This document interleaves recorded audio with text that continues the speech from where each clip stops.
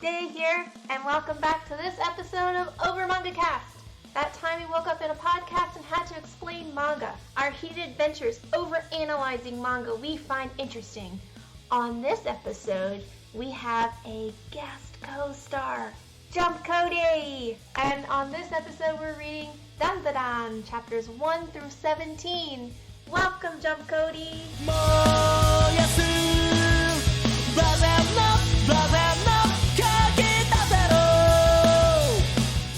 Hey, welcome back to the OverMangaCast. I'm Matt here, filling in for Sam because, unfortunately, Sam and Jacob aren't here this week. They accidentally found an ancient Egyptian tic-tac-toe board and are currently stuck in an endless shadow game where only one of them can survive, and the other will be trapped in the Shadow Realm forever. But anyway, me and Jay are here, and we're joined by someone probably better than Sam and Jacob. I don't know. We have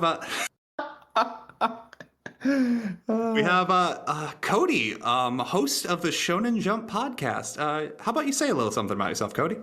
Hey guys, thanks for having me on. Excited to be here. I hope that the Jacob and Sam are dueling for their lives well. Watch out for that trap card, but yeah, shadow games, man, those are scary. Been stuck in one once. I'm Kodie, the host of the Shonen Jump podcast. If you listen to other manga podcasts out there, which probably a lot of you do, we had like a 400 episode run for a while. Now we're on a little extended summer break, putting together some new ideas and trying to figure out what the best way to reach our fans is going to be going forward. So in the pause, I felt a little, needy. I don't know. Does that sound too egotistical? A little needy to be on another podcast. You have the good word to share.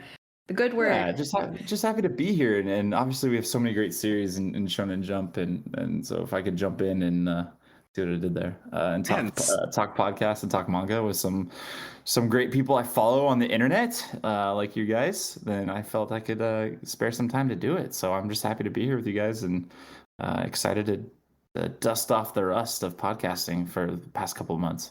Yeah, sounds good. And like you mentioned, great series. And what's that? We happen to have one right here.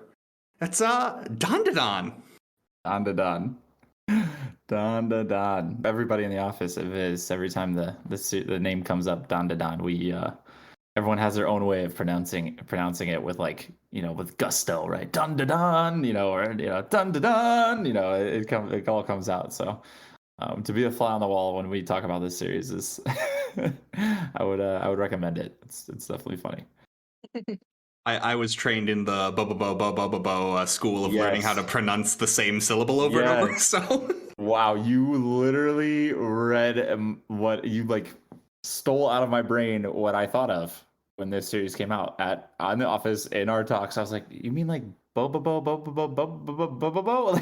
was just trying to bring it out for old time's sake, and everyone was like, yeah, pretty much, but it's Dandadan, so a little less consonants and such on this one, but same idea.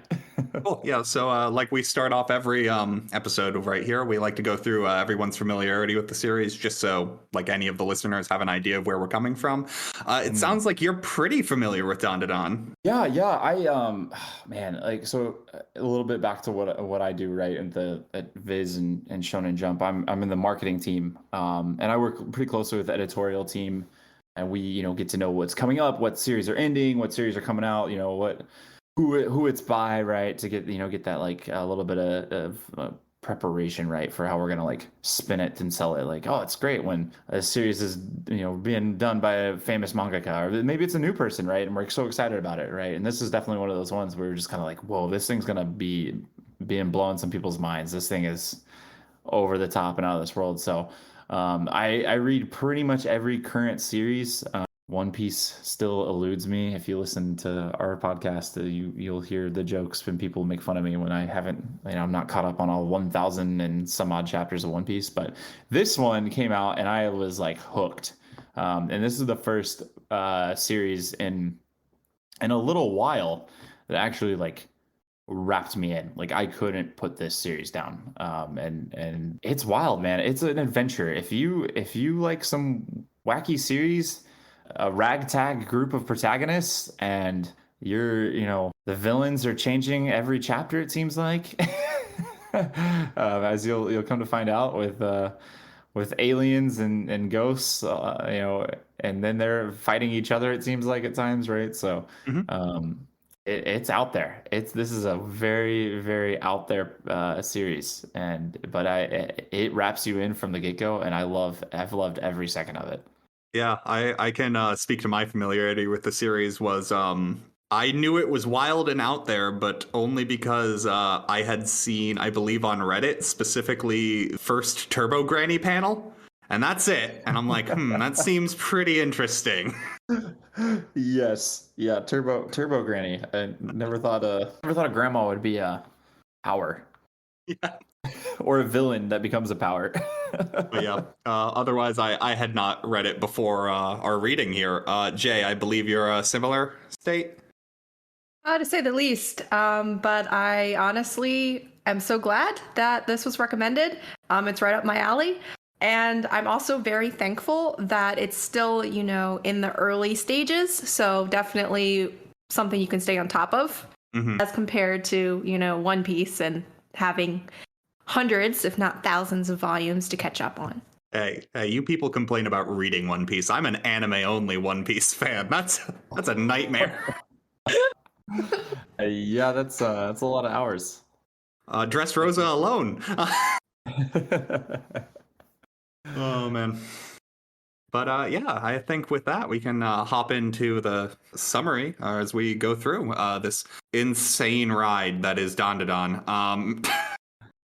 We essentially open up with our main girl, Momo Ayase. She's dating a delinquent, but he is just the scummiest of people. And is breaking up with her because she is no longer paying for their dates and is just distraught. And she goes back to her friends and it's like, oh no, did you guys break up? Also, that guy was terrible. Why were you dating him in the first place? And she's like, well, he just looks like a famous actor. Like, if I was a professional, I'd have the name up. But, oh, no, there it is. I am a professional. Good job, Matt. Ken Takakura. Yep. I had your back. You had it. I had it up right to the page. But yeah, she's into defined masculine, tough guy traits. And yeah. Lo and behold, not always the best person to date. Jay, I know we just met, but I sense a story there. I sense a personal. I have no story. I just see the writing on the wall and I read it. Oh man, no, I something about I don't know if it has to be tied to Japanese culture, but every time I see, she says, "What's wrong with that?" I like hard-boiled tough guys, like Ken Takakura. So I just find that hard-boiled description so old school, but so funny because, right, we had Hard-Boiled Cop and Dolphin, another series for a little while, and I love that hard-boiled tough guy, but then every manga I seem to have that includes that, it's completely comical. Yeah. Like we were talking about One Piece earlier, there's an entire fight in Dressrosa where it's just two characters trying to out hard boil the other. Yeah. Whatever floats your boat, but typically the funny guy I feel like wins the day. So I'm always team, comedic relief. Yeah, and I mean, you know what we would need in this manga? Some kind of comedic relief, like some kind of weird nerd who's getting. Oh, look, what's on the next page? Exactly. Oh, so unfortunately, this character is not named for the first chapter, so it was real hard to write an outline. I think I just went with what his nickname is after this chapter. They really coast around not naming him for the 60 pages this first chapter. For good reason, though, because we later learn that he shares the same name as Momo's celebrity crush. Oh my. Oh. And it's a little awkward because she absolutely refuses to call him by his actual name and therefore gives him a nickname. Well, yeah, because this nerd is not hard-boiled. He is nothing she likes in that. He's definitely soft-boiled. He is an egghead. But yeah, so we're going with Okarun, I think, Jay? Yep. Cool. Oh, yeah, cool. Other people are confirming me. I'm normally used to checking my pronunciation. So he's getting bullied, and she, just on a whim, seems to decide to intervene and stop it just because, I don't know, she's a good person. Is she though? That guy, yeah, why? Why is she doing that, I guess? Yeah, it's a super, I think it's a little outside of her character, right? Because she's instantly like, I'm not trying to be your friend, just forget what happened back there. You know what I mean? Like she probably has a good heart, you're probably right, but she's trying to keep that heart bow front. Yeah. Really get a real clear cut view of her personality. We know that she's popular, she's pretty, but we don't know if she's, that stereotypical harder exterior popular girl who's just mean to everybody, or if she is genuinely just regular girl who happens to be attractive and popular because of it. In all fairness, she is also very upset about the breakup. So He might be, that rebound guy. Rebound friend. I mean, you're not wrong, but She's wearing her emotions a little on the sleeve at this particular moment in time, right? So that's a really good detail you noticed there. well, unfortunately, she was a little too nice to the weird kid because he immediately assumed she wanted to hear about all of the conspiracy theories he has ever looked up. Like, because he just follows her into the hall and just goes like, hey, I know what you like. I know what you like. And she's like, what? No. He's like, yeah, you like conspiracy theories. And she's like, what? Did you know President Obama has been to Mars? And I'm like, good. He knows the truth as well. How not to open a conversation with women. Yeah. But again, I'm sensing something here, right? Like, is this a conspiracy theory you're also on board with here? Like, look, I'm just saying, you've never seen Mars and President Obama in the same place. I mean, fair. Definitely is fair. I can't argue that. Editing Sam in the future, put the X-Files theme in right there. Yeah. Oh, I'm being so rude, Kodie. If you want any sound effects, just feel free to say whatever you want. That's Sam's problem in the future. Hey, yeah, Sam, insert X-Files theme music there because that was the music that scared the living daylights out of me as a kid. I don't know why, but that high-pitched soundtrack, gave me the heebie-jeebies as a kid every time. And so you got to think of too, when President Obama on Mars, instantly X-Files type stuff, right? Conspiracy theories, the Project Pegasus revealed. Definitely sense the he'd be hanging out with Scully on the weekends if Okarun could hang out with an American character to relate to. Definitely the X-Files. If Ayase wasn't super into Ghost, we find out later, they would be a Mulder and Scully type. Like, oh, yeah. But they're not, so. I was about it for a minute. I was there.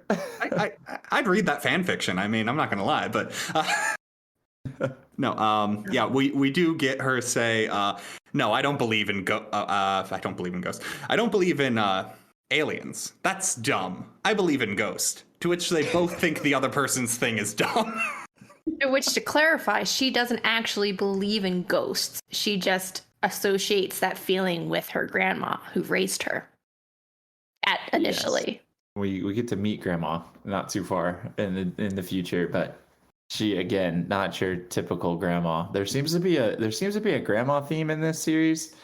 It's essentially taking the idea that grandmas are definitely way more BA than your average what you think your grandma is. So look, grandmas can be many things. They can even be a ghost. No, but yeah, so they essentially get into like a little couples spat basically already, because man, this manga ships them hard. But they instantly do the like, well, your idea's dumb. Well, your idea's dumb. I know. Let's prove the other person wrong, and we'll both go to Haunted, and then whatever the alien version of Haunted is, that's the. You bring up a really good point. What is the Haunted, or what is the like synonym of Haunted to alien? Like, is it like Have there been sightings? I don't know how you Is it a describe high it. exciting activity space, right? Yeah, I guess that would be, but like he specifically says like an urban legend of if you go to the roof of this hospital, you are sure to be abducted, and I'm like, oh, okay. That seems to be an interesting thing to just kind of put out there. People looking to be abducted go to this place. Well, guys, I think I want to take you to a time. I think when COVID just began, or was like just about to begin the whole COVID thing we're still dealing with? Wasn't there just a bunch of people about to go to Area 51 and try to storm it? Yes, the Look, Area 51 run. They can't catch us stop all. all of us. So essentially, Okarun's version of Area 51 is this hospital. He's the one Naruto running, actually. Yeah, that's why he didn't go there to find his aliens. He can't Naruto run. He's got no stamina. Yeah, he has no stamina. Zero. Zilch. Yeah, but so they have split up, and it is night, and they are both doing the like typical Japanese high schooler like test of courage thing, where you go into a haunted place, or I guess an alien infested place. In all fairness, though, the way this manga uses aliens, they're very close to ghosts in their portrayal, which neat. Like I do like that duality in things where it's like, yes, magic and science, but also the science is just magic. It sounds so, I don't know, you want to almost say it's like cliche, right? Because you have you're like, it's another manga about ghosts or another manga about like sci-fi. But here, Tatsu Sensei just straight up says like, no, they're together. This is nothing you've ever seen before. So I don't even want to compare it to any other shonen manga or any other manga out there, because we're about to like take two worlds and combine them quite literally at the same exact time. So quick right off the bat. Yes. There's no time to really ruminate of like, are they, aren't they? Look, I want all the readers 12 pages into my manga to have no idea what's going on, and then I want them to continue not knowing what's going on for the remainder of volume 1. I mean, it worked, and I'm actually still hooked. Because usually I would just get so frustrated and just be like... But anyway, we've actually had a rather normal setup so far for what this manga turns into. As they are going through their individual places, Ayase going to the hospital where people get abducted off the roof. And meanwhile, Okarun is going to I think it's an abandoned tunnel? Yeah. It looks like an abandoned like train, like what a train would have maybe went through at one point. Mm-hmm. Where he is going to, it is said to be haunted, is what it gets established as. And Okarun makes it like 12 seconds into walking in to find out what it's haunted by, which is the panel I got to introduce to this, an old woman who, very well drawn, like just creepy old woman. And then the speech bubble is literally just, I'll let you suckle my teat if you let me gobble your schlong. And I'm like, okay, I can see where this go. Just the audacity. Imagine you're just in a deep, dark tunnel, quiet, and that is just out of nowhere. I don't even know if I can process that. I was already... He doesn't. Yeah, he doesn't process that. He just literally says ghost, like he screams ghost.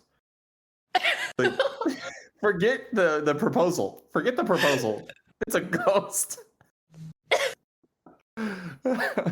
He's on the phone with Ayase this entire time, and it's just like, ghost, and she's like, oh, wait, no, that sounds like Turbo Granny. Oh, no, you gotta get out of there. Don't worry, nothing's happening at my creepy alien-infested thing. I'll be right over there. Oh, wait, no, there are 3 guys at the end of the hallway. 3... Yeah. We mentioned Bobobo earlier. They're very jelly jiggler-shaped bodies. Yes. I thought of, not V for Vendetta, but right, like an army of people all wearing the same outfit and like this creepy mask kind of feeling. Yeah, the face kind of does have that Guy Fawkes mask kind of flattened aesthetic. It's like that hyper detailed I'm really human glad features. You saw that too, because I was like trying to stretch this and I was like, oh gosh. well, I committed to an example and I've been talking. Oh no. Yeah, stick with me here, folks. Stick with me. I can make it out of this. Just give me a second. No. But yeah, thinking about the best way to describe this scene, because it does get pretty graphic. This is a mature rated manga. Just make sure everyone's aware of that. I It mean, is web only on our services. Web Yep. only. Yep. So if you try and find it on the app, it will not tell you it's there at all. Essentially, as sanitized as I can make it clear, feel free to go read it on Shonen Jump. It's there. It's good. I would recommend it. It's essentially a alien probing scenario. They catch her, they strip her down, and they've got her tied to a table. It's more a chair, but like that's the same thing. And that part's like pretty standard alien. It's then when they start the like actual like probing part, it gets like weirdly sexual, but like that's totally on purpose. The logistics of it are that these aliens call themselves Serpo because they are from planet Serpo, and they are an all-male species that reproduces by cloning, and they complain that there's a lack of genetic diversity. So essentially what they are doing is they are coming down to Earth and they are harvesting the reproductive organs and the banana organs. Oh, yes, the banana organs. Remember reading about those in biology class. They decide to do so with essentially what is a mechanical arm that the person is wearing as if it's his penis. And he is going to rip her womb out so that they can then use the reproductive materials to give their species genetic diversity. Because, like, that's as far as it gets. Because it gets real tense, and then the wall breaks down. Yeah. As the Turbo Granny from earlier has broken in and bites the essentially robo penis off completely. Yep. It's very phallic. This entire manga starts off very phallic. Turbo Granny likes two things. It's going fast and gobbling schlong. We don't kink shame. No. We do not. No matter how much we want to. As long as no one's hurt, but I think people get hurt with this. The aliens deserved it. That's true. That is true. They were essentially about to... It was not consensual. Yeah, there was non-consensual acts about to happen to poor Momo, so they were going to vivisect her, essentially. Like, they were going to remove organs. So Yeah. So I'm really glad Turbo Granny shows up. Yeah. Like, really glad. But it's not Turbo Granny. Okarun has been possessed by Turbo Granny. And he makes it through a couple of them. We also kind of skimmed over. They have some kind of like psychic powers they were using to hypnotize Ayase so she would stop fighting. Because I guess Turbo Granny doesn't deal with aliens that well, Okarun immediately gets hypnotized and knocked out. And then they're like, oh, well, cool. We took care of that weird distraction that pumped through the room. Well, back to what we were doing. And then starts hypnotizing her again, where she then remembers a chant her grandma, who was a spirit medium, taught her when she was young. And she hated it because people used to make fun of her for doing it. And she felt like she just wanted to be normal. But then she was like, no, wait, I hated the fact they were making fun of my grandma. And now I've learned that really that was a super cool psychic chant that I'm going to do right now. And then she suddenly starts glowing and has psychic powers, and it's really cool. You get that throwaway line where like, oh yes, the psychic interference unlocked my natural ESP. And I'm like, good, that's all I need. But then you get this really cool shot on page 54 and 55, right, of her like breaking free and like high kicking with it just pretty much in her underwear. Mm-hmm. So yeah, legitimately just in her underwear, high kicking this alien into like next week.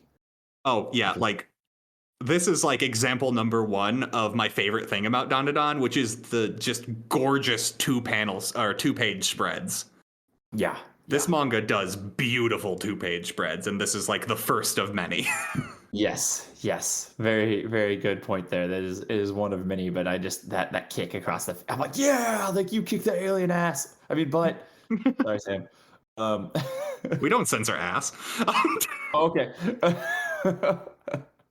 But yeah, while we're on this page, actually, I really like the typeface used for like these big shouting speech bubbles. It's kind of like a marker. Like it's real, like emotive, and I really appreciate it. Yeah. You're giving me a good segue there for to give a shout out to Sarah Lindsley, who's been on our podcast a few times. She does great work and has worked on quite a few shonen titles for Shonen Jump. Mm-hmm. I'm not going to list them all, but yeah, I talked to her a little bit before our podcast just because I wanted to make sure I give her. She's someone I've podcasted with, so I figured I should reach out. And she's just, dude, she creates her own fonts for many series that she's worked on for Shonen Jump side and other manga companies she works for. So she straight up, like, I don't know if this specific one was, but she actually has to do a lot of like this hand drawn, hand lettering, not just like copying fonts over kind of thing. Like she's like straight up freestyling a little bit here, I think, on maybe probably on this one, just the way that text block is wrapped around Momo's body and the alien.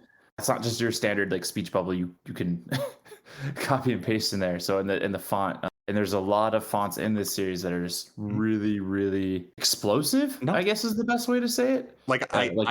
I mean this genuinely. Like, I don't normally talk about like type or lettering in manga, but like that's probably up there with like my top 10 favorite things in Dandadan is like how good the lettering looks, and like especially all the action scenes. Like it's like noticeably good in this. Yes, I told her I'm gonna sing her praises, and that's exactly it. Like she does phenomenal work. So if you're reading this in English, you go find Sarah Lindsley on Twitter and just tell her she's amazing, because she is. So yeah, she does great work in this. That's an exact example of how tricky, right, doing lettering manga can be, because that is not just your average speech bubble, and it's not your average like scenario of how to like plug in text, especially from a different language, right, and fit it in there. So definite kudos to her for that, for sure.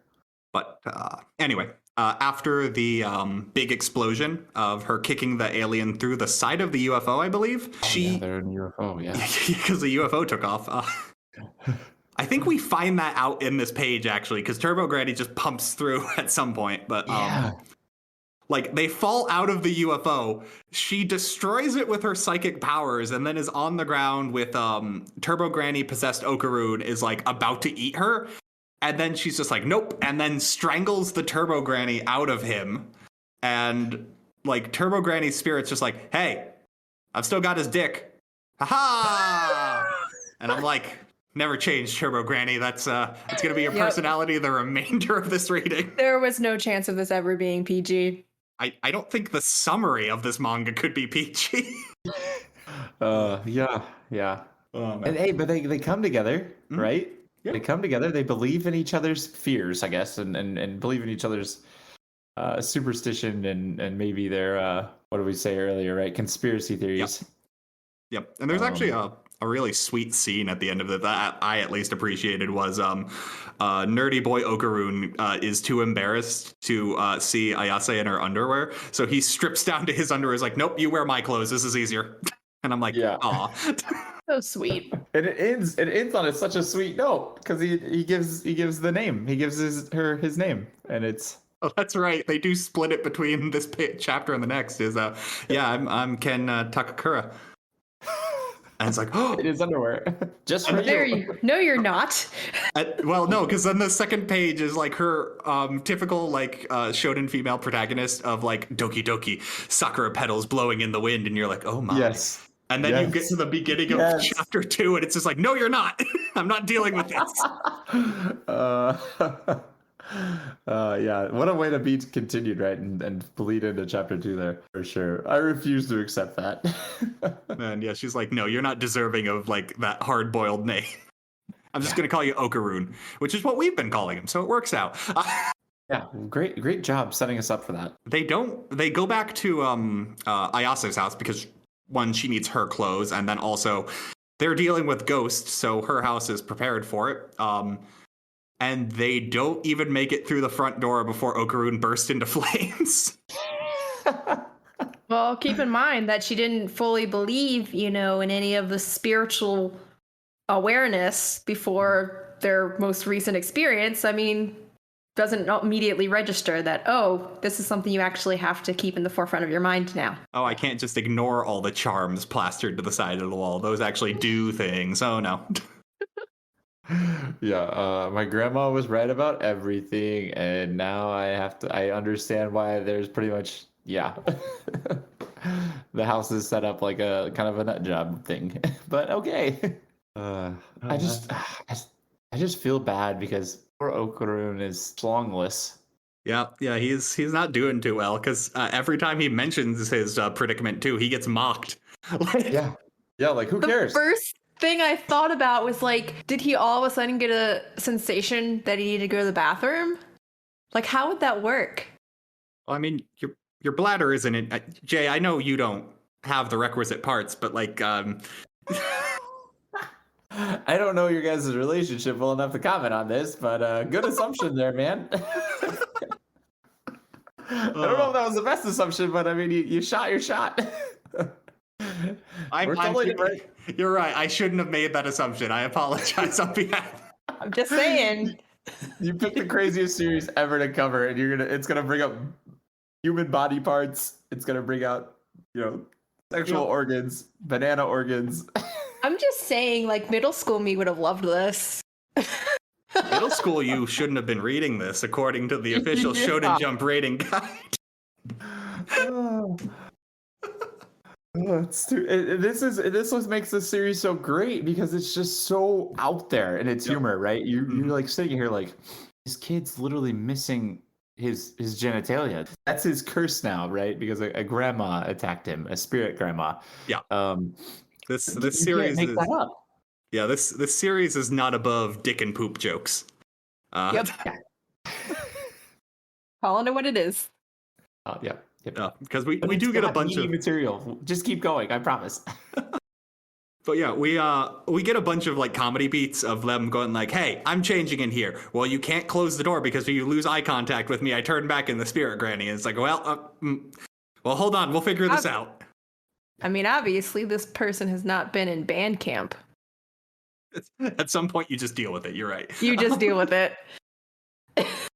But essentially what happens is their like full-on rom-com comedy beat gets interrupted by a doorbell, and Okarun's just like, "Oh man, someone's at the door," and then Ayase is like, "No, that's not someone at the door. That is the secret doorbell that my grandma installed that I have never heard before, but I know is the doorbell used by evil spirits." And I'm just like, how polite of the evil spirits to use the doorbell, you know? Yeah, it's just rude to just burst in. Manners, guys. We should tell the other Shonen Jump mangaka that that's how it happens. You always gotta ask.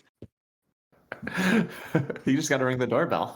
I've been reading a lot of Jujutsu Kaisen. Not enough doorbell ringing, you know? No, there is not doorbell ringing in that. There's just full on like going through the door. Which this just to continue on here, right? This chapter also just hits the ground running. I haven't even solved his whole like schlong issue or why he's Turbo Granny, right? Or the whole curse, which you're thinking is probably the main predicament these characters are going to run into. And they're instantly like introduced to a whole new villain of great size and proportion here. Yeah, they are attacked by the Flatwoods monster, which I did a little research. And no, it's not known for being a sumo wrestler. So cool. Oh, okay. Yeah, it's. I mean, maybe there's a throwaway line that it's also been seen in a remote village in Japan, and I'm like, maybe Wikipedia didn't tell me that, but maybe Wikipedia's wrong. Regardless, I mean, anyone can edit that. Anyone could go edit. We might as well just go in there and. But they saw it in the Yamanashi prefecture. I need that into Wikipedia. I need a source for this. It's just the Shonen Jump link to the page. Free advertising. Yeah, there you go. I'm not gonna argue with it. How many people are looking up the Flatwood monster? Probably not a lot. It's one of the lesser known West Virginia cryptids, but yeah, it's got the weird like pine cone shaped like collar that in Dandadan at least is on top of a giant sumo wrestler body. Yeah, like Gundam size here. Gundam size for those listening. Yeah, and essentially what has happened is it is now nighttime. It's now pitch black. It was already nighttime, and they can't. There's a wall around the perimeter, so they can't just run out to the gate. And they're like, "Oh, well, this is bad."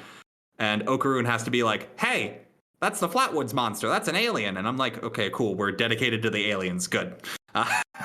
But he obviously needs the help of a spirit monster, Turbo Granny, to get them through this. Like, slower paced manga would be like a training arc of learning to control the Turbo Granny's power is just them yelling at each other. It's like, no, hold on. What if you just close off the mental portion of the Turbo Granny? Like, you can turn off all my powers. What if you just turn off some of them? And she's like, I think that could work. And then poof, next page, you get like Turbo Okarun, and he's just like, he's got like, except for he's depressed. yeah, he's like, oh, what's the point of anything? And he's got like the tooth necklace, or like the collar.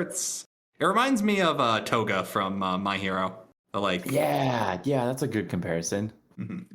Way better than my stretch of V for Vendetta earlier. In all fairness, it also looks kind of like a V for Vendetta mask, but like with teeth instead of. Yeah, it's got some like it's very pointed shapes, right? And it's got a bit of a menacing look to it. I just find it interesting. I can't believe I'm saying this. This is Dandadan. This is dawning on me as I'm rereading here and like re-looking at some of this imagery, right? Turbo Okarun / Turbo Granny.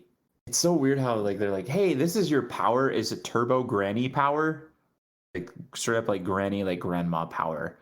But you're like this like flame-headed, almost like flame-headed, like lanky demon boy. Mm-hmm. And so there's like this like fluidity of the word grandma. Yep.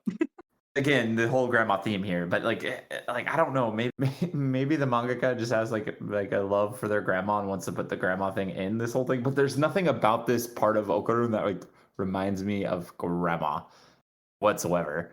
But it's still there because it's like how he became this spirit creature, because he was infected. Or drawing of him like in this form is very. I thought maybe he'd look more grandma. Maybe the shirt's kind of grandma. I don't know, because he's got like the he's cufflinks. He kind of hunches his back a little, like when he's standing. But like none of that is what you're gonna get because he's always moving like super fast. Like his like own line work can't keep up with him. Like it's super jagged. Like he's just you're. It's like you kind of got like this like manga version of like Quicksilver with like razor teeth.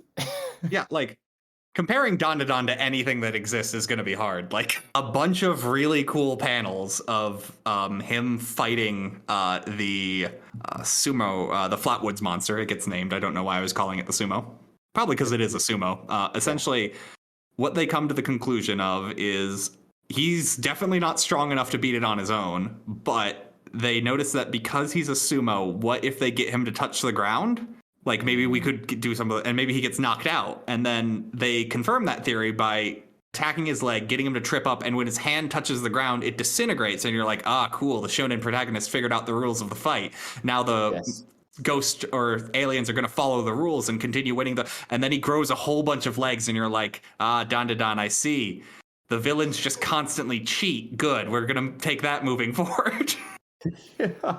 And then obviously, Okarun in turbo form is spent because he doesn't have that great of control over his powers, right? And he's the old in shonen fashion, right? He's not well up to speed yet, if I dare say, with his turbo granny powers. And and also, right, obviously Momo is also working on the control end, right? Because she's doing kind of two jobs at once. So he's not very effective in this fight as much as he started out to be. So he doesn't need to, because this has like one of my favorite endings to a fight in any like shonen, because he distracts the sumo wrestler long enough for him to notice Ayase has gotten to the edge of the torii gate where there's a wall, and then Ayase gets pounded into the wall repeatedly. Yep. Like what appears to be a stone wall, she just gets cratered into. And you're like, oh my god. Yeah.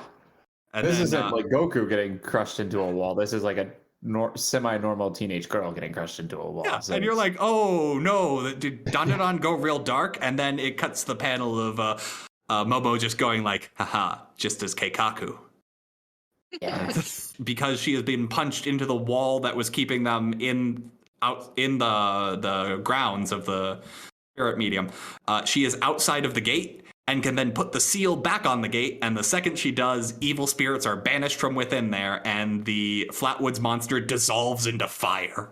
Pretty dramatically. Mm-hmm. And of course, there's another like little like semi-romantic, charming moment and because it's a semi-romantic moment between the two characters, it has to get interrupted with a cliffhanger ending of because she spent all her psychic power, I guess, not getting killed when she was punched into a wall. She can't keep Okarun under control, and he goes Turbo Granny and is about to kill her. And then we cut to the next chapter. Keeping us on the edge of our seats. Yes. Which actually we get stuck for a bit because we actually get to follow Ayase's grandma, Seiko, we get told is her name at some point. She is at her job, which is being a TV spirit medium for a rural television show, I think. Yep. Mm-hmm. And she is on her way home just in time to save her granddaughter, and just like, nope. In a very badass way, again, shows up with a bat. Mm-hmm. Obviously, again, the grandma motif is brought back. Is the grandma thing a motif in this series? It's got to be. That's a lot of grandmas. Also, I don't think we've explicitly said it. Ayase's grandma's hot. Like, she's not an old woman. She looks like 35, like maybe 40. Who's a good character that would, like, another comparison to this character? I can think of several. Aunt May from the Tom Holland Spider-Man movies. Mm-hmm. That same kind of catch and release of like, oh, you thought it was Aunt May, the old version, but no, it's the hot Aunt May, and you're like, yeah. That's a good one. I was also thinking of, oh gosh, Mm-hmm. what was it? It's in Genkai. Yu Yu Hakusho. Yeah, Genkai. Genkai gets hot. Yeah. Yep. Huge Yu Yu Hakusho fan over here. Yep. Okay, good. Thanks for dragging me in that one. Thanks for saving me on that life raft there.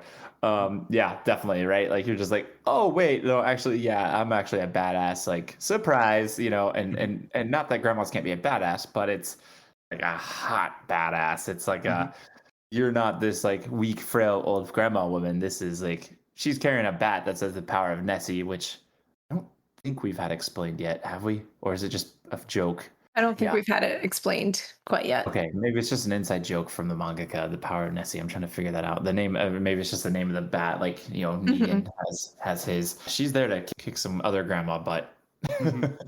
Which actually she does pretty easily. Like, she immediately traps Okarun in a thing, and then pretty much just like sets him up to die. Yeah, like it kind of cuts back to Ayase like waking up and being like, "Hey, what's going on here?" And Seiko's just like, "Hey, did you bring a boy over? What's going on with this? Your last boyfriend was just like a huge jerk, and also like as your parental figure, I probably shouldn't have even let you date him. Like, that was ridiculous. I'm glad." And now you've got like this nerd, and I'm like, "Come on, have some standards." Like, because grandma just loves tearing her down. Yep. Constantly roasted. That's how you know they're in love. Yep. And she's just like, "Oh man, what are you worried about? I just got rid of the evil spirit. Did you like him or something?" And she's like, "No, I don't like him yet." Kinda, as I literally run to see if he's okay. Yeah, where he is being kept safe in the house. It's like, "Oh hey, she like, as long as I'm in this room, I can't get possessed by spirit grandma." And she's just like, "I believe I've been tricked now."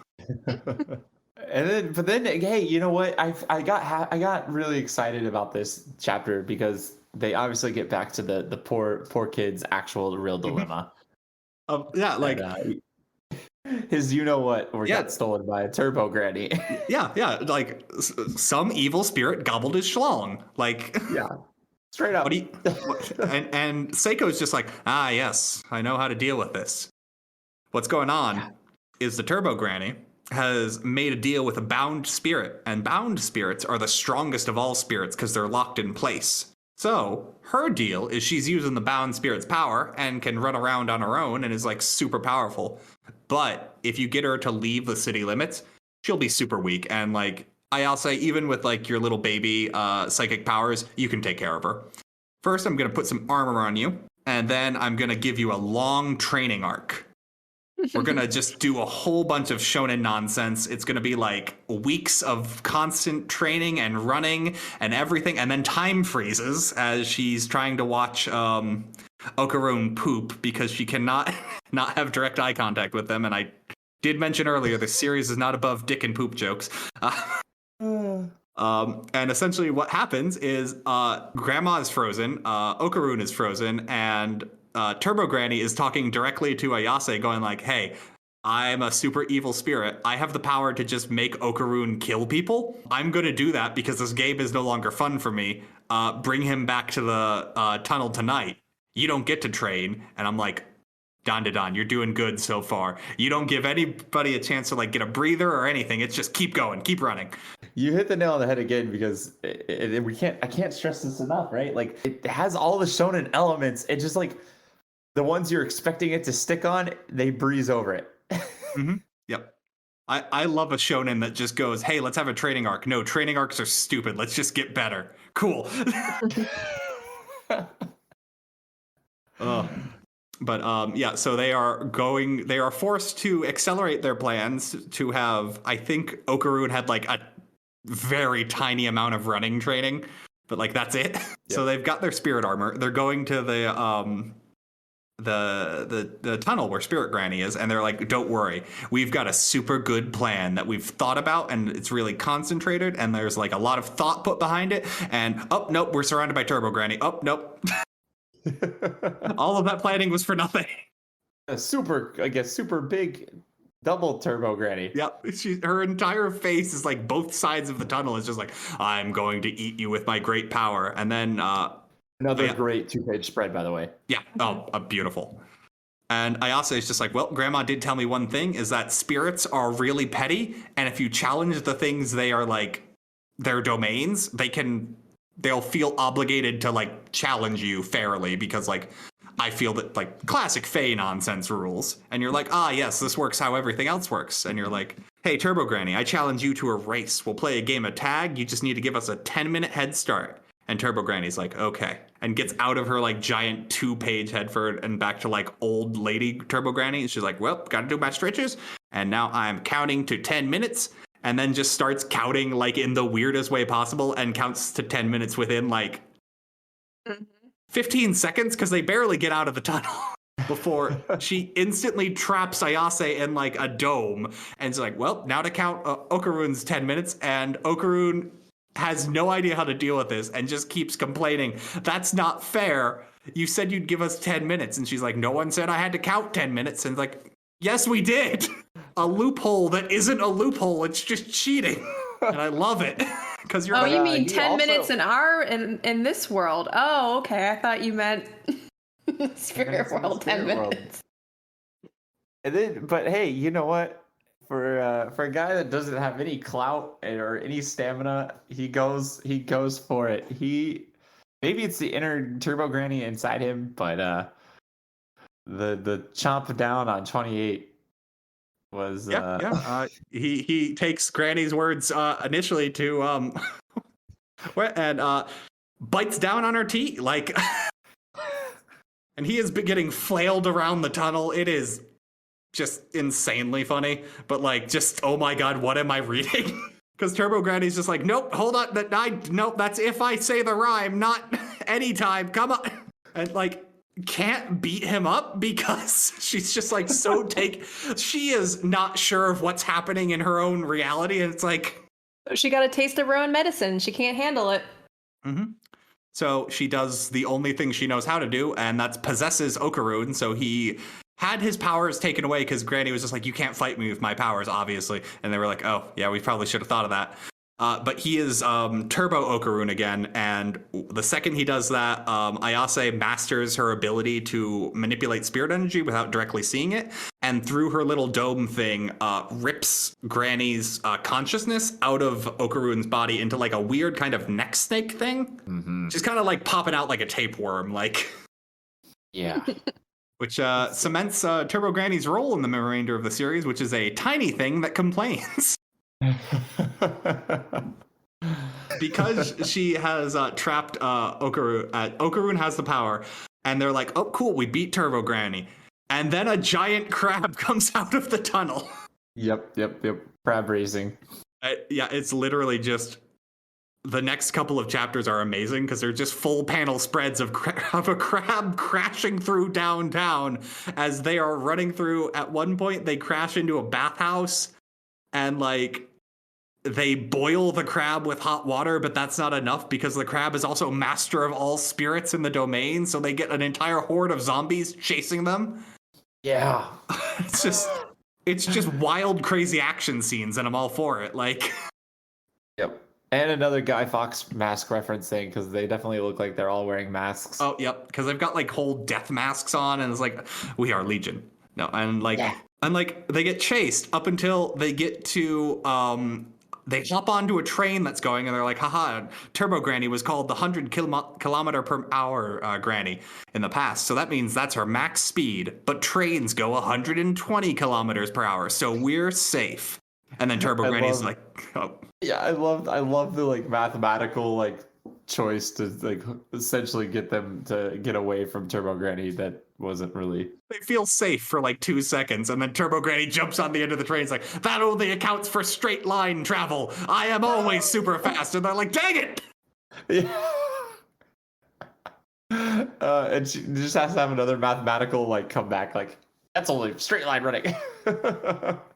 Like, she did her math homework. She knows if a train leaves Boston going at 240 miles per hour. Yeah. If this train's going this way at this speed, then Turbo Granny's going this way at this speed. When's Turbo Granny gonna catch him?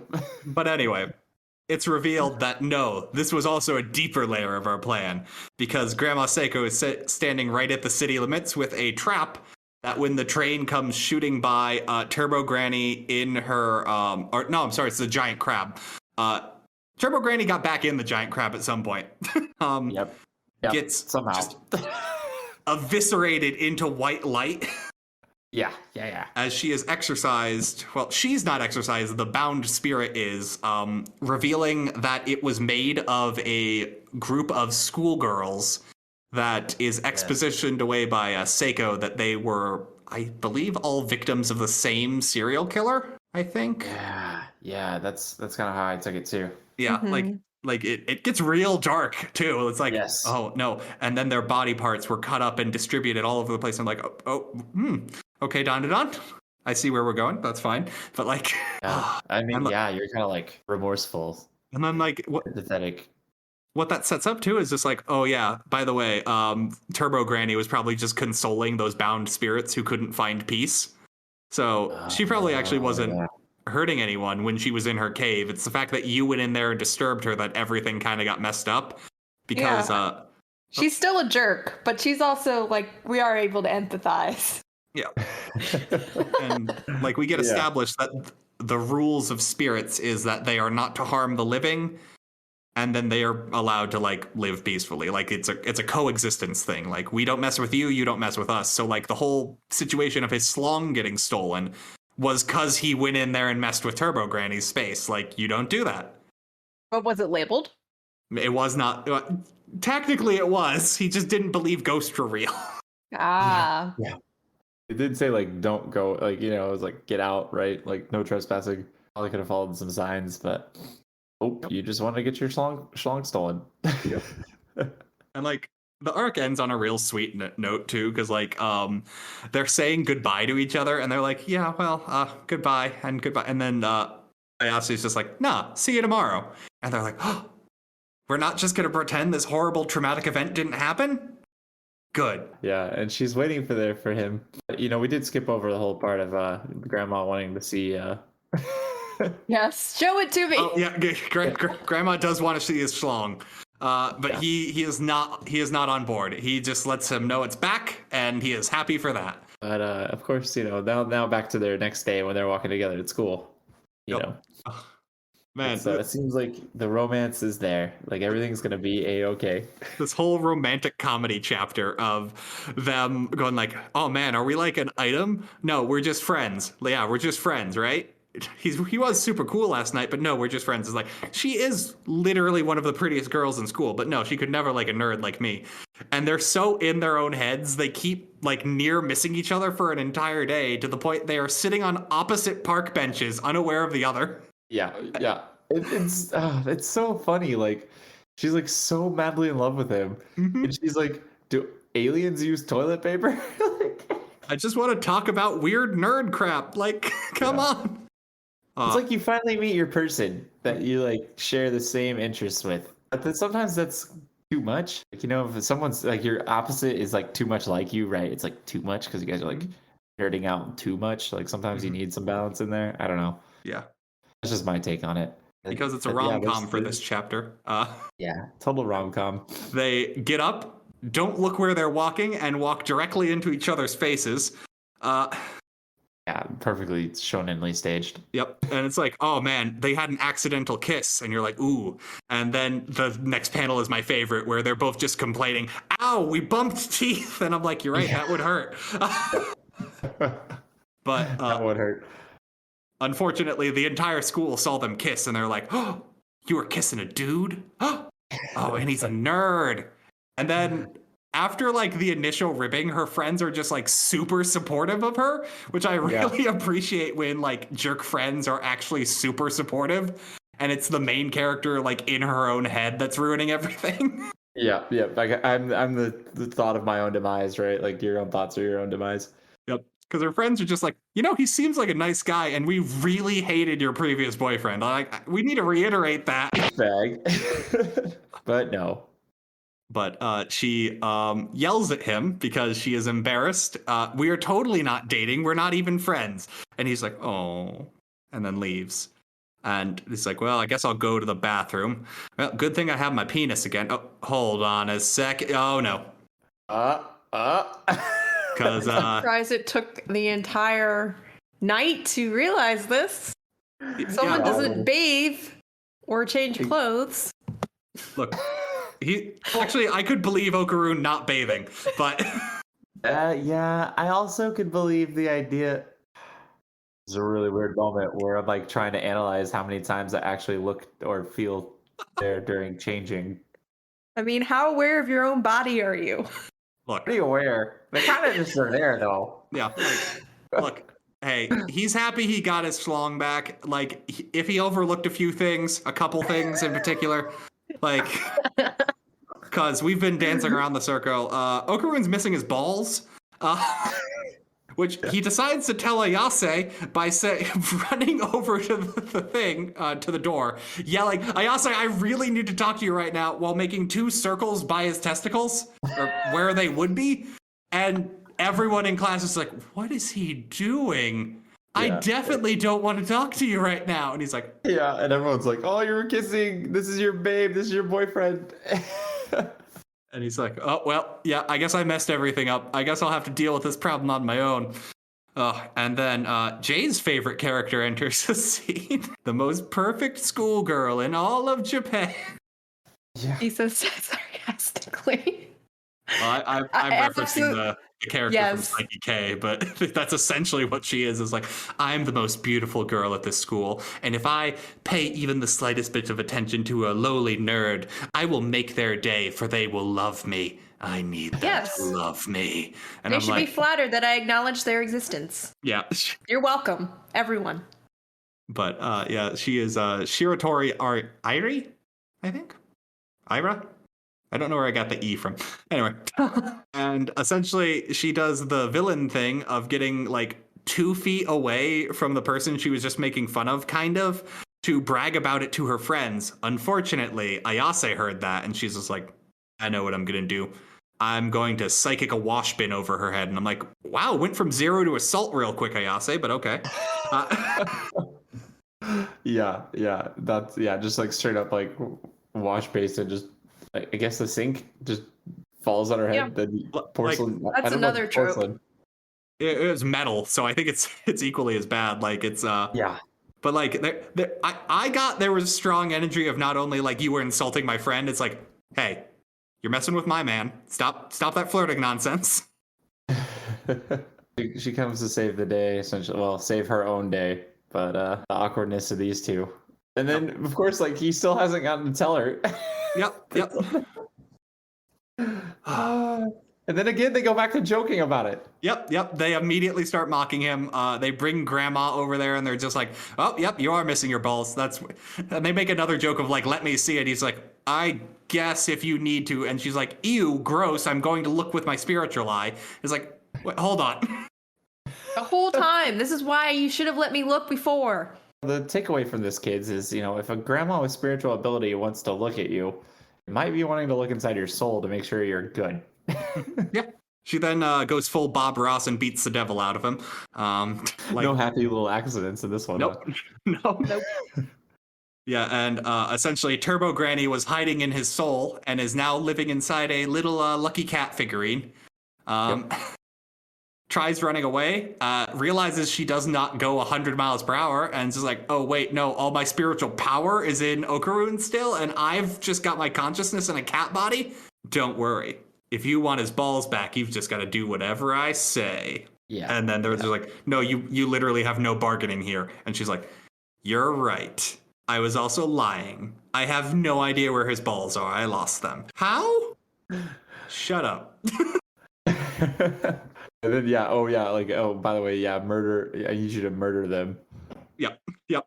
That's the price for getting your balls back. And then he decides to go into full Turbo Okarun again. But he's a cooler version now with a black jacket and a cool stripe down his eye. Yeah, because he's in control now. Kinda. He kind of went possessed on page 21. You're right. Maybe I'm wrong. I don't know. I feel like he never really has full control of this. I forget how much of his control is Ayase controlling him. Yeah, that's true. That is true. He's so, and for those listening, you have to realize he is pure feeble nerd, right? There's no he's gonna get stronger like Naruto. He's gonna this spirit thing awakens in him, and then he's just he has very little control of it, and it only lasts for very by the next page he's already back to normal. Mm-hmm.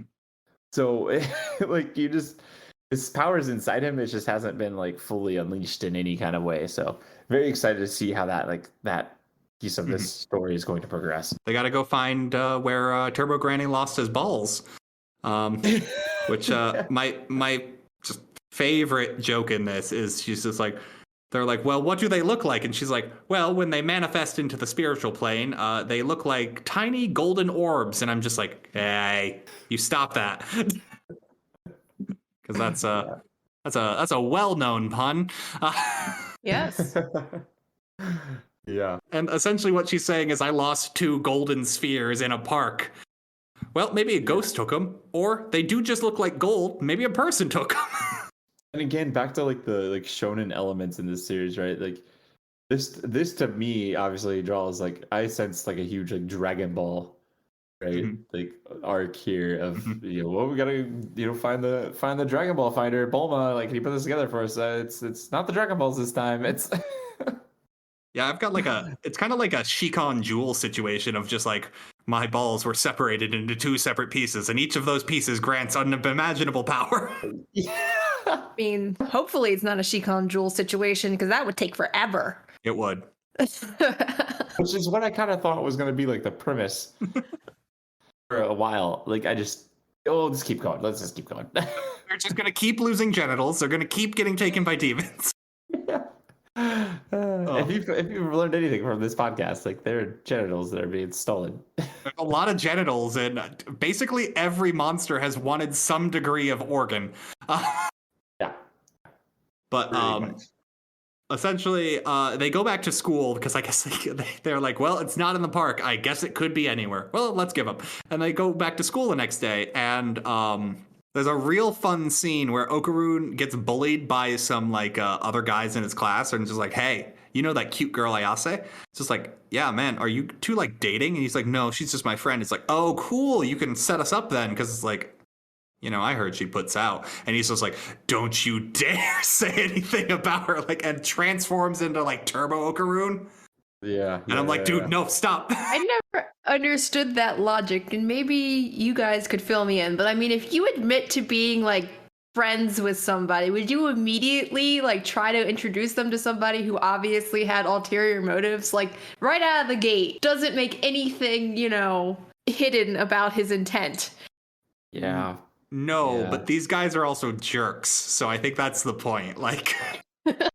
Yeah, they're jerks, and you have to I don't know, there's an assumed bro code that hey dude, this girl's cute, you'll hook me up with her, right? Yeah.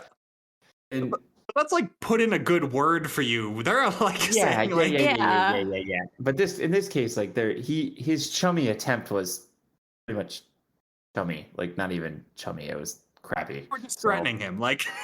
Yeah. So it wasn't gonna work. I mean, they took a very standard like bro code trope and turned it into like a chance for.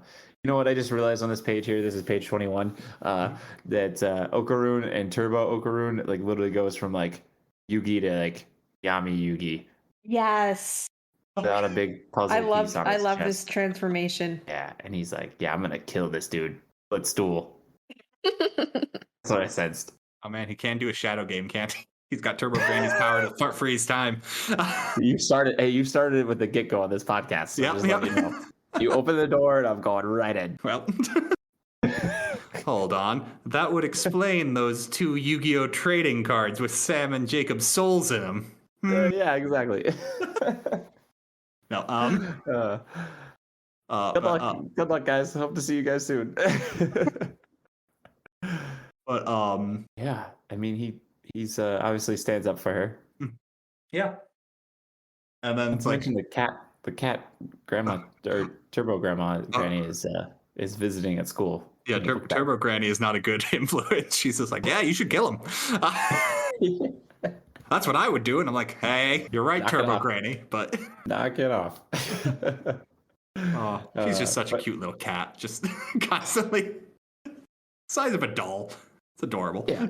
I mean, it is adult. Fair, you're right. Definitely some another Shonen Jump series that is on web only. Definitely some Ayakashi Triangle vibes. That character kind of controlling the script. Oh, but actually looking into checking that one out next. So now I have a recommendation. There you go. See, it's not as wacky and definitely more like tropey, way more tropey, and way more. I like my tropes. I would be amazed if it was as wacky. That'd be an achievement. It's not nearly as wacky. It's just it's like taking the same. How do you take the same content and just take it totally pervertedly? Well, this takes the same content and makes it hilarious. I think that's the best way I can describe it. Gotcha. Boy and a girl, but there's tropes and there's sexual tension. Yeah. There you go. All the tension. That sounds like everything Jay loves in a manga, so I guess oh yeah, Ayakashi Triangle is perfect for you then. I know what she's putting for her next recommendation. She gets to pick. I'll jump back in on that one. I also cut off on that series pretty well, but I might shake my head at most of it. Nice. But yeah, so we cut back to Ira. Actually, we find out that she might have some latent psychic abilities because she definitely doesn't think they're psychic abilities. She seems to think they're like some kind of holy power granted to her by the heavens because she got hit with a golden orb of magic, which yeah. They take this joke as far as you can run with it. Essentially, what happened was when she got hit with the wash basin, she saw the Ayase's like spirit powers are represented by like a ghostly hand kind of thing, and she saw what that was to be like some kind of demonic wings coming out of her back, and she's like, she's an evil spirit. That is why it has been granted these holy visions. Also, there's a weird lady outside just staring at the school in a red dress. Probably you're familiar. And I'm like, hold on. You know, it's another piece of the shonen puzzle, right? When you add in the familiar spirit or the Ayakashi or whatever it may be that's going to possess or turn the normal schoolgirl into a not so normal schoolgirl anymore and make her join the party, you know, of the main characters.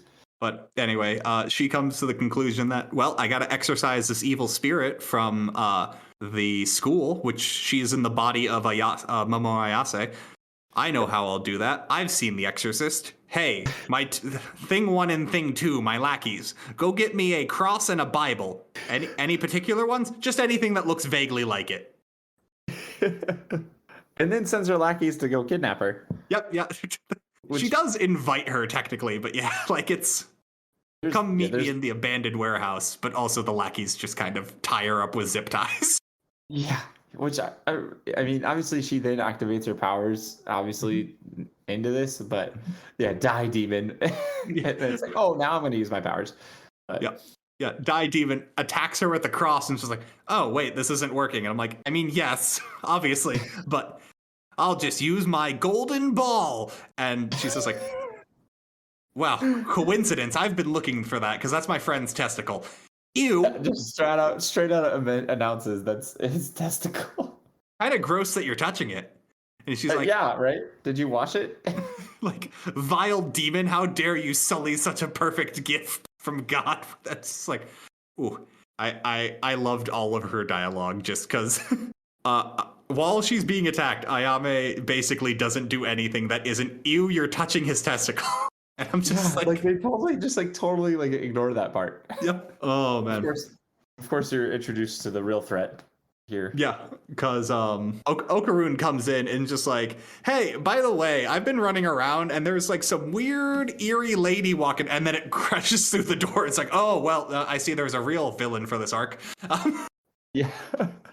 Because it is a ghostly specter in the shape of a woman with like a large, wide, red-brimmed hat and like a full-on dress. And then like she kind of looks like an Arankar, but like her neck is a beluga whale, kind of. Yeah. Like it's got like those stripes and like kind of that like gorging quality to it. Yeah, not to mention the whole Guy Fawkes mask thing going on again. Yeah, as we've said, everything is a Guy Fawkes mask if you look hard enough. Hey, I don't strike it out, but I'm trying to win here, all right? Oh man, there's like definitely a mask element to most of these villains.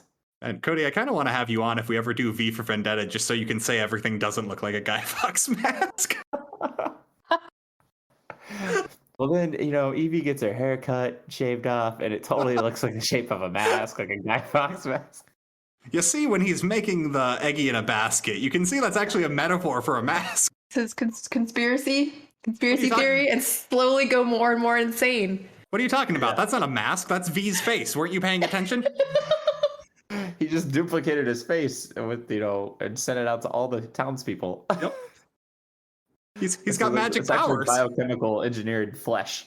Yeah, I don't know. There's just the villains in this, from the zombies to the Turbo Granny. The Turbo Granny didn't really have a mask of the crab, but there's the art just reminds me of like. In all fairness, the crab is covered in people's faces. True. Yeah. So those are true. kind of mask. Yeah. So it's kind of. Zelda Majora's Mask comes to mind, right? Like there's just this motif in his art, or in the art style of the mangaka that kind of comes out. And like people transform by like their face drastically changing too. Like when Okarun goes turbo mode, he gets that mask. Like yeah. It's because it's not just like I drew the Yami Yugi comparison, but his face is more complex than just making him look a little older. Yeah. He looks older, but he also grows like a huge mouth thing over his like normal face almost. So as you'll kind of see in the following pages, as he takes on in page 26, as he takes on this doomed damsel. Very acrobatic Silky, if you might, which is just such a fun name. Yeah, acrobatic Silky. Yeah, I was trying to. Yeah, I don't know. Yeah, and she's trying to eat.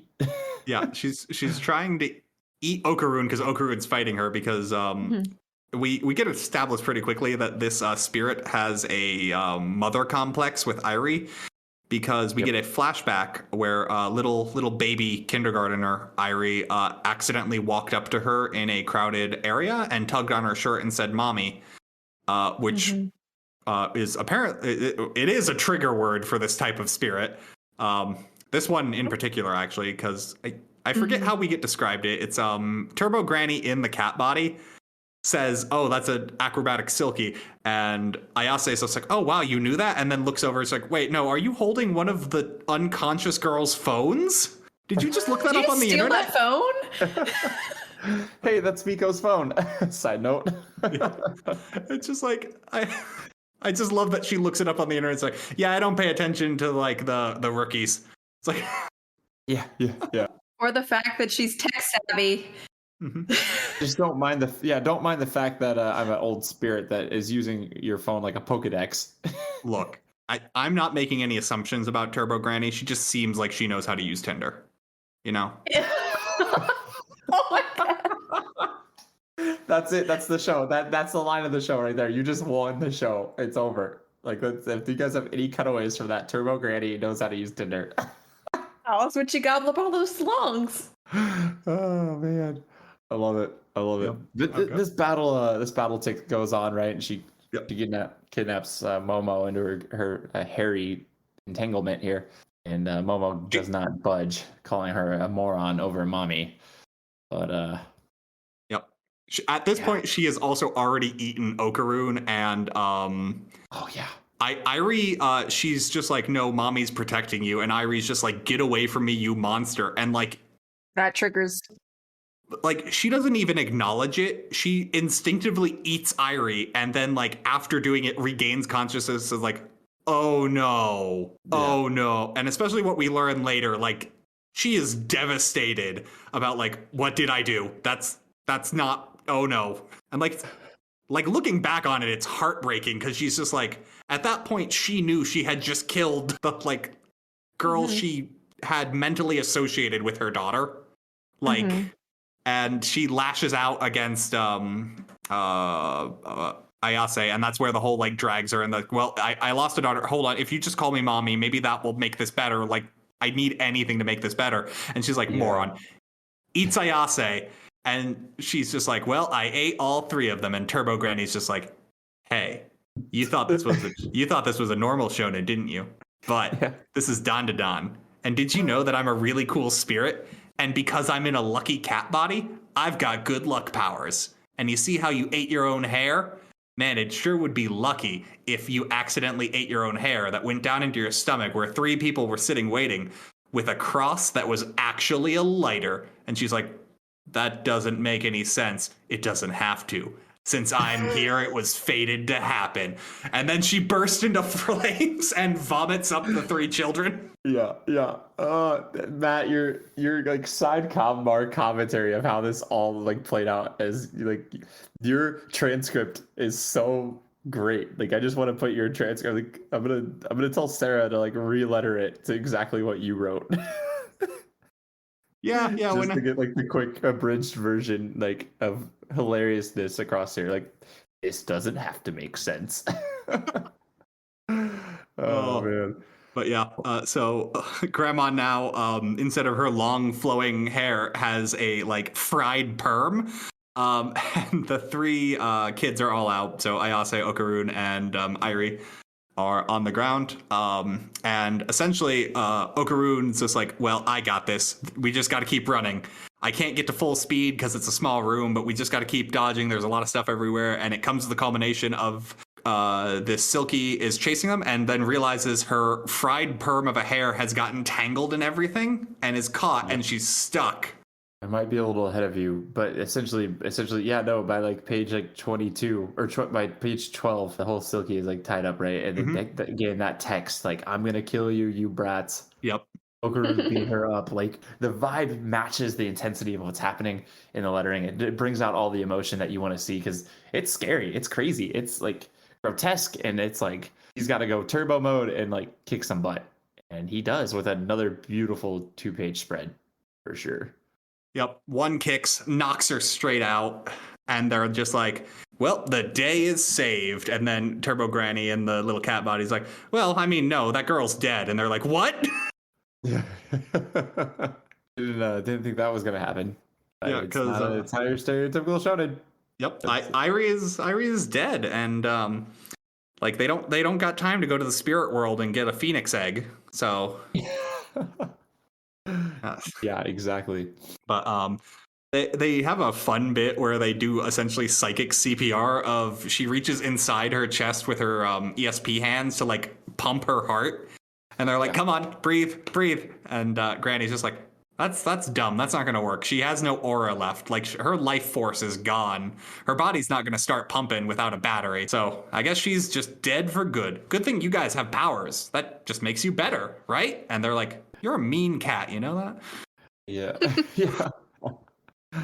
At which point the Silky kind of comes forward and just goes like, wait, Irie's dead? No, hold on. I can fix this. You can use my aura and she'll live, and we'll jumpstart her and everything will be fine. And they're just like, look, hey, you just did this. No way we're going to trust you. To which she rips off her own jaw and it's just like, well, now I can't eat you. And it's like, oh my God. Yeah. It really takes me back to, I know I'm dating myself here, but like the Unmother in Inuyasha. It's like, yes, it's a supernatural demon creature who, manipulates children, but one of the words that really stick with me, it's like, but it's still a mother. Mm-hmm. So it's just like, I have to do what I have to do. It's a pretty traumatic chapter here, like as we get into this and yeah, like it's crazy because like Turbo Granny all in her Turbo Granny is a different type of granny. Look, I never expected a manga that gobbles as much schlong as this to make me feel so hard. Like, wait, hold on, Sam, please, no. Don't clip that out of context. Gobble schlong and make me so hard. I can't save you from that. Nope. It's such a like. There's nothing you could do. She'll be completely erased, and you feel sorry for the ghost. You feel sorry for this spirit, this silky spirit, because it like hits you over the head with tears. Because you got the characters. You got that flashback that Ayase, when she touches her spiritual core, gets like a flashback of what she was as a human, and it's like heartbreaking. Yeah, it's super heartbreaking. The corrupted spirit. It's like it's a single mother who is just doing her best to take care of her daughter. She's working odd jobs, and she's also like working at night as a prostitute. And like she is doing whatever she can to like bring a smile to her daughter's face. She's dancing with her. And like the Yakuza just comes in and steals her daughter one night, and she's just like, wait, no, hold on, and runs after them and can't run after the car fast enough and trips and falls. And then like she literally can't live with herself anymore and dances her way off a building to kill herself. And it's just traumatic considering what this manga is. Yeah. Yeah. And like Ayase's front and center for that flashback as she put the soul is like connecting the two. And it's just like, oh my God, what did I just witness? And they're like, it's too late. She's disintegrating. And Turbo Granny's like, yeah, well, she's a bound spirit who never really got over her unfinished business. And now she has no spiritual energy left. So she can't reach nirvana. She is just going to cease to exist. And they're like, no, don't. That's not fair. That's not fair. It's so sad. Not at all. She's not even that bad of a ghost. She just made a mistake. And then Granny's like, yeah, it's not fair, but hey, that's life. Like the only thing that can get her to pass on is her own heart, and clearly that's not happening. And then Irie's just like, hold on, I got this. I'm alive again. And she just kind of goes up, hugs the disintegrating like woman, and just goes like, hey, Mom, I love you. I know you tried your hardest, and you made me the happiest I've ever been. Because what we also get in that flashback is the reason why little Irie walked up to this ghost of a woman standing in the middle of the center was as a kindergartner, she was unable to process the fact that her own mom had died, and her dad was also not super helpful about explaining death to a child. He just kept saying mommy's gone to a faraway place, which not great, but like I guess people deal with grief in their own ways. And like, so that's why she mistook the ghost for her mother. And like, there's a like deep connection there. And like that feeling that the Silky could be a mother in her last moments, like that was what she wanted to be, was a mother. And like, that was the deep longing.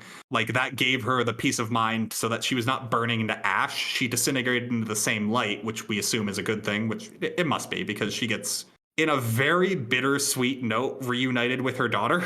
Because the implication of that is her daughter died at some point, which not great, but they're together, which is a bittersweet ending. And that's actually where we leave it on, is like that really somber note. That's chapter 17, man. It's a total turn, right? Like a total turn from, it leaves you speechless. Like it just leaves you like, dang, like this mangaka really like put a lot of thought into the villainy and everything happening. That not, the bad guys aren't always just bad guys. They have something actually happen to them. Which a good story, any type manga, movie, video game. Mm-hmm. Yeah, I really appreciated how it kind of fell into that lore surrounding yokai. Just the fact that this was not a demon or any type of monster in of itself, but a corrupted spirit. Kind of, if you're familiar with Bleach, like Hollows. and all of that. Yeah. And it was really interesting the fact that this encounter kind of started the clock, and only through these kind of cascade of events where they reunited in a sense, because it's kind of like they encountered each other as Irie was a young child. When would they have eventually encountered each other if not for their happenstance encounter with Momo and Okarun? Well, actually, the acrobatic Silky was following Ira. Yeah. She only was able to see that this woman was following her. Yeah, that's what I mean. When she got a hold of Okarun's balls, or Yes. one of his balls. Yes. She doesn't have a complete set, so she can't make a wish. Nope. Just like that, the story's back to humor. Yep. I mean, yeah, like at the end of the day, it's like it has real, like, meaningful emotional beats, and I love that. And I love that is in the same manga where an old lady has said, "I'll let you suckle my teat if I can gobble your schlong." And I'm just like, Dandadan, you got like best of both worlds. Yeah. It's a great series. It really captivated me. I mean, just sitting here recapping these 17 chapters with you, it brought back all that emotion, all that humor, like everything's funny still, and then like you just like broken heart, totally tired and sad here moment, just bring it on back. This is a killer series. Really, really good. Yeah, let's wrap things up then with our discussion questions. So we do this for pretty much every series. We got Shonens have basically their own set. Kodie, you can go first. Who's your favorite? Okay. What? Put me on the spot. I mean, I can go first. No, I can't. I don't mind. Yeah, whatever you need. Yeah, Kodie. So in Dandadan, who's your favorite character? I gotta go with Okarun. That's so like such a cheap take, I think, because like first of all, I instantly like feel for Okarun when I'm like, oh yep, I've been the nerdy guy or not the coolest guy. I've never had my schlong and other bits taken, but that would really suck. So I just really feel for him. Like that's like the one thing I'm like, dude, I would want those back more than any of the other drama going on in this series or any other humorous moments. That's the only thing I'm like dying for him to get back, right? Yep. So and I'm excited to see him like progress with his like turbo power. Like I said, I sense like a kind of a cool like Yami Yugi thing transformation, and I'm really like into that with him, and I'm curious to see how his power is going to progress. So I say it kind of a cop out because like, I picked the only real main male character in the series, but it's just super relatable, I think, in a lot of ways, and I feel for him on a personal level of masculinity. Yeah, I don't want to lose those. I can get that. Jay, who is your favorite character? So I'm gonna have to say it's a tie between Grandma Seiko and Granny. Seiko for reasons that were not previously mentioned, but her character design is very reminiscent of Bayonetta, who I'm a huge fan of. Oh my god, you're right. She is literally just Bayonetta. Y'all had this manga with all these JoJo references and a Bayonetta-ass grandma, and I wasn't here. And Turbo Granny, just how outrageous, just the audacity. I love it. Just such an unconventional character. But if I have to choose, one of our protagonists, I would have to say Okarun for the previously stated reasons. You would also be upset if you were bishing your schlong? I imagine so. I just feel that I would be more bodily aware and, not schlub it off to the next day. Look, he was tired. We're gonna run out of excuses for our fellow man on this one. But and then there's only so much we can do here. And then Matt here. I think I'll actually buck the trend. I like Okarun a lot, but like Momo Ayase, I really like her character in this. Like there's a like level of like cynic of like she still believes in ghosts, but not really. Like at the beginning, like there's a kind of just like fed up with whatever. She's got like one thing she's really into, which is like a hard-boiled guy, but like even that's kind of just, there's like a level of like looking for what she wants in life that when she meets Okarun, there's like oh man, actually have something I can be really good at, and like her wanting to get better at her psychic powers is really good, and like the way she just stands up for people, she's like a good solid character, and like she really drives home like a lot. Okarun is real fun because he plays off of like her reaction to stuff. Yep. And like, Yep. yeah, I just really appreciate like her style of character exactly, and like I think it's perfect in this. Also, her art is just always on point. Like she looks great in like every panel she's in. And I think that's another reason why I like Okarun. I'm crushing on her. I'm always like, she's like a total, like the style art they use in the color spreads are so cool. Like I get this cool like 70s vibe from her in a way. Like yeah, I don't know. I just get like she's just this cool pop punk chick that I just want to like. I want to be in her band. I think that's what Okarun wants. As is tradition for our shonen discussions, we'll jump in, start off with someone else this time. Jay, what was your favorite fight? That's actually pretty difficult. I would say a favorite fight would have to be the very first encounter when Okarun transforms and we're fighting off these aliens, just because it was so profound. I was just... Do you mean profound or did you mean impossible to understand? Because those get confused a lot. No, I understood what was going on. Okay. Yeah. That's a good pick. Like when, especially because that's also when Ayase goes like her full like 80s anime, like I have psychic powers. Yes. Yeah. Back to the rock band feel. Yeah, that's a real good pick. Matt here. Let's see, who's my favorite fight? I think I'm gonna go with the oh, you know what? Versus the giant enemy crab. I loved that entire like just running away from it and it smashes. I'm a huge sucker for like we can't fight this thing head on. Let's just direct it somewhere else. So like the running away set piece and like everything smashing and they keep thinking they've won and then that like doubles down on getting even more dangerous. Like that was just a wild ride throughout. That's easily my favorite. Yeah, that's a good one. Kodie, what was your favorite fight? Man, see, this isn't fair because this kind of leads into your next question since I'm ahead in the series as the other chapters are out on our lovely website. Check it out at viz.com /Shonen Jump. So I had to like take it back a little bit, but we'll go with what we ended on just because it was such a sweet, tragic ending. Getting the silky acrobat moment there that just obviously the battle was unique, obviously in a way, and the whole like we're gonna defy shonen odds again. You ate all the main characters. It's over. It's looking grim and bleak, but actually this little like granny spirited cat toy is about to tell you that actually no, your hair is inside your stomach with with a cross and you're about to burn up in flames, right? So it was pretty cool. And then obviously it had a huge emotional shift as she fades out. And so it just like that really, it was a touching moment. So I wanted to go against the grain a little bit there because that touching moment was very, very powerful in such a comedic series so far. Yeah, I 100% agree with that. There's not a bad fight in this, but like, yeah, that's great reasoning. Oh man, I know we always ask this, but this kind of seems like a forlorn conclusion at this point.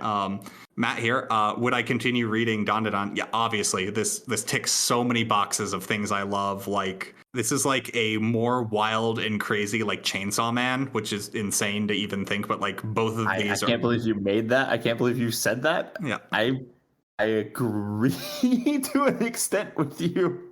Like both of those series are like said it. It's weird to hear, but I'm like, yeah, there's no better way to describe it. Like, and it's weird because they're both like directly in my wheelhouse for what I love in a series. Like Chainsaw Man, I think might be my favorite manga just because it seemed so weirdly like narrowly made for like exactly me of what I appreciate in a series. And like this is just, hey, this is now a genre of things. And I'm like, yes, finally. Now, if only someone could make a sports manga just like this, it would be all the things.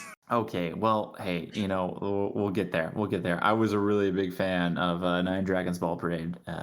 You check that out, but I did. It was really good. I actually really I wrote a letter to the mangaka on that one, so I had one of my coworkers translate it, but I was very bummed when that one ended. Yeah. Oh man, that's such a good one too. Like But Jay, would you continue reading? Absolutely. It ticks a lot of boxes for me as well. And I always like any type of, paranormal, supernatural type manga. The emotional, romantic tension, love it. Yeah. And I always like the outlandish wackiness that always kind of like brings me back. And Kodie, I think you already answered this at the top of the show, but you've continued reading, right? Yeah. Yes. Yeah. I definitely would recommend you keep reading. It gets. There's more fun, more insanity, more hilarity. You're gonna see some more characters appear that you haven't seen in a minute. I completely forgot it took 17 chapters get into 17 chapters deep before you see some other people appear again. So there's just a lot going there. I'm not trying to be a spoiler ruiner, but I definitely highly recommend it. Jay, like, and just like I'm gonna like switch gears, kind of just like answer a different question, kind of answer a different question I already kind of had, but like I like to compare series, and so like there's elements of like so many shonen elements in this. And I mentioned Ayakashi Triangle because there's Spirit Cat character in that as well, that has like a lot of knowledge and is also kind of like a anchor to the main characters that are doing outlandish and wacky things. But also Phantom Seer, a little short series. But Phantom Seer, did a really good job of giving the villains a like tragic backstory and the spirits that they're like trying to fight off. So look for those two series because it like for me that I was actually a really big fan of Phantom Seer as well, and it ended, and then I like get into this like Silky Acrobat arc, and I was like, oh my gosh, like this is like filling that need. So definitely keep reading. And then if for you guys like a couple little series to check out, I would recommend in the shonen world. And making a plug for my job, but Phantom Seer and Ayakashi Triangle has some of these elements. But right, like we mentioned, so many. There's some Dragon Ball element to it. There's the Naruto training thing that they kind of throw out the window, right? And then there's like I said, he kind of goes. Okarun has a Yami Yugi kind of alter ego thing going for him. So some really great manga and checks a lot of boxes for sure. Well, once again, Kodie, thanks for hopping on with us to talk about Dandadan. I think I'm actually the one who picked this series, which is not normally how I like to do guests, but thank you for indulging me. Thanks for having me. Thank you, guys. This has been a lot of fun. I talk too much, but anytime, if you guys need someone, I don't mind jumping in at any time. It's fun to jump on these. And if people want to hear more from you specifically, where should they go for that? You can listen to the Shonen Jump podcast. There are like 430 some odd episodes on all sources that you can find podcasts.